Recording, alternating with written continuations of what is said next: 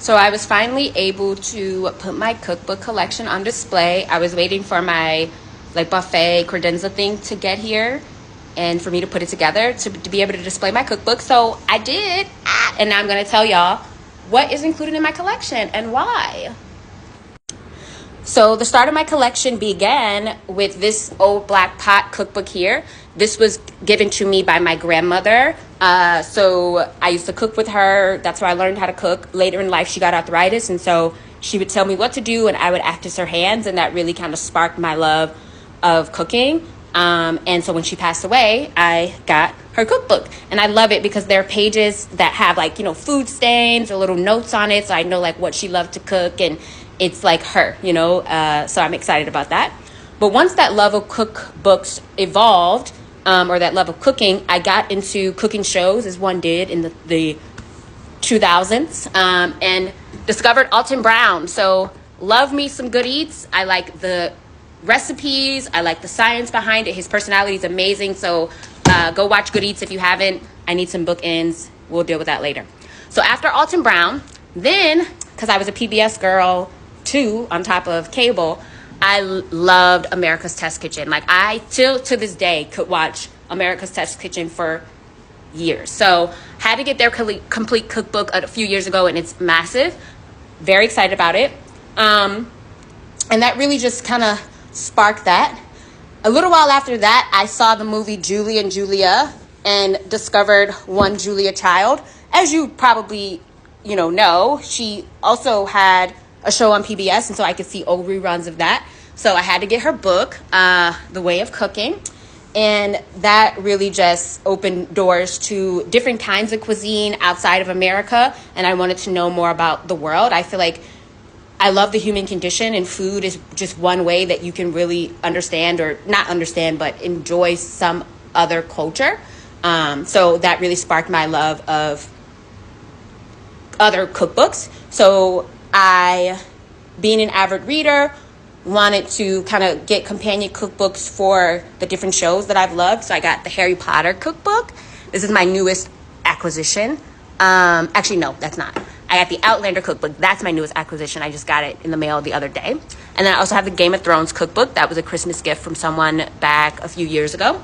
And really wanted to support those shows and the interesting food that you see in this fiction or historical fiction type world. From there, I decided that I wanted a collection. That's when I was like, I'm going to actually do a cookbook collection. And I got this one from a Goodwill, the New Basics cookbook. It's just like a catch-all kind of cookbook, just a few people coming together and throwing a cookbook together. But I don't mind. It was freaking $3, so I got it. I also got the Salt, Fat, Acid, Heat, which is kind of a nod back to Alton Brown, but kind of elevated a little. So it talks a lot more about the science of cooking and the flavor profiles and almost like the evolution of cooking a little bit is how I see it. It's like cooking through the anthropological lens, which is fascinating to me, and really touches on the excitement that I get for other cultures. And in representing that, I was able to get this Persian cookbook as a gift from a friend so I can learn more about Persian food from the Middle East, those type of spices and traditions that go along there. I also got this Soups for Syria book, which was a book for charity where proceeds were donated to refugees who were displaced from the conflict in Syria. And I think it's fitting with, having that regime having fell, that those people are free now. And I'm very excited and proud of myself for having supported that, years and years ago when that book went on sale.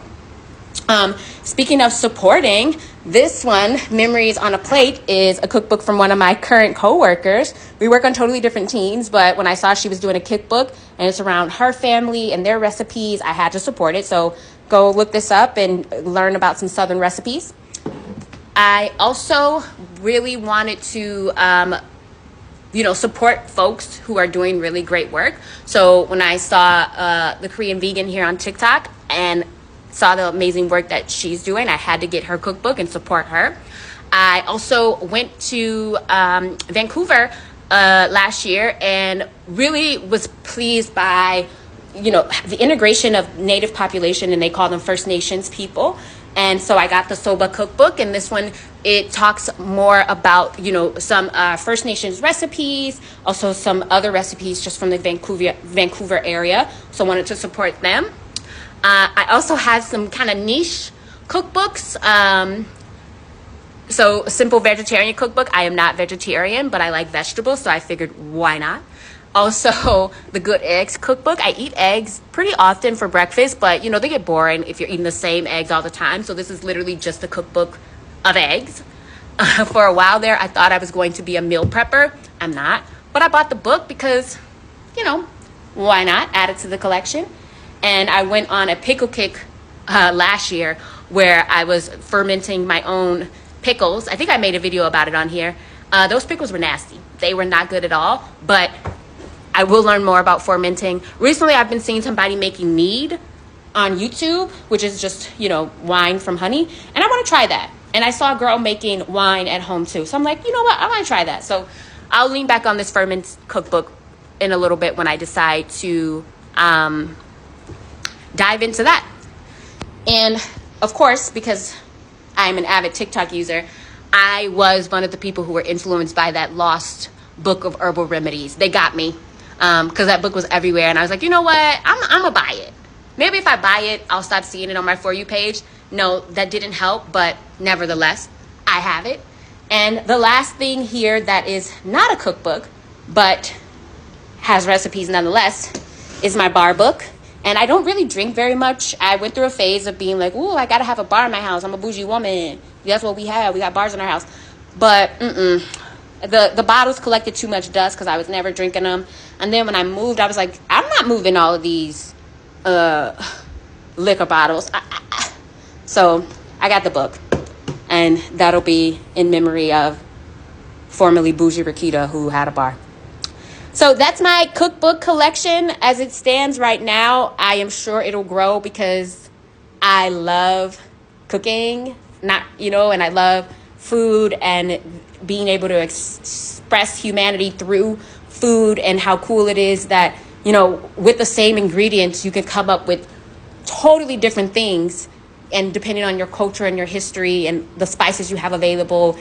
And I love that. I think it's just a beautiful thing. A companion thing with this cookbook collection is actually a tattoo sleeve that I'm working on. I've never talked about it, but I'm doing a sleeve of cooking utensils. So far, I only have 2 because I'm getting them in foreign countries. So the molcajete I got in Mexico when I went to Guadalajara last year. And then this is a fish descaler that I got in Vancouver when I visited there as well. So I will be going to Hong Kong, South Korea, and Japan this year, and I will be getting tattoos in each of those places. But that's my cookbook collection. Maybe I'll come home with a cookbook from one of those places, maybe Japan, since I already have a Korean cookbook. And give me some suggestions on cookbooks that y'all love, or if you've used any of these and you're like, yes, this recipe in this book is amazing, let me know. I can try them out and get back to y'all on if they're as good as you said. Looking forward to hearing from y'all.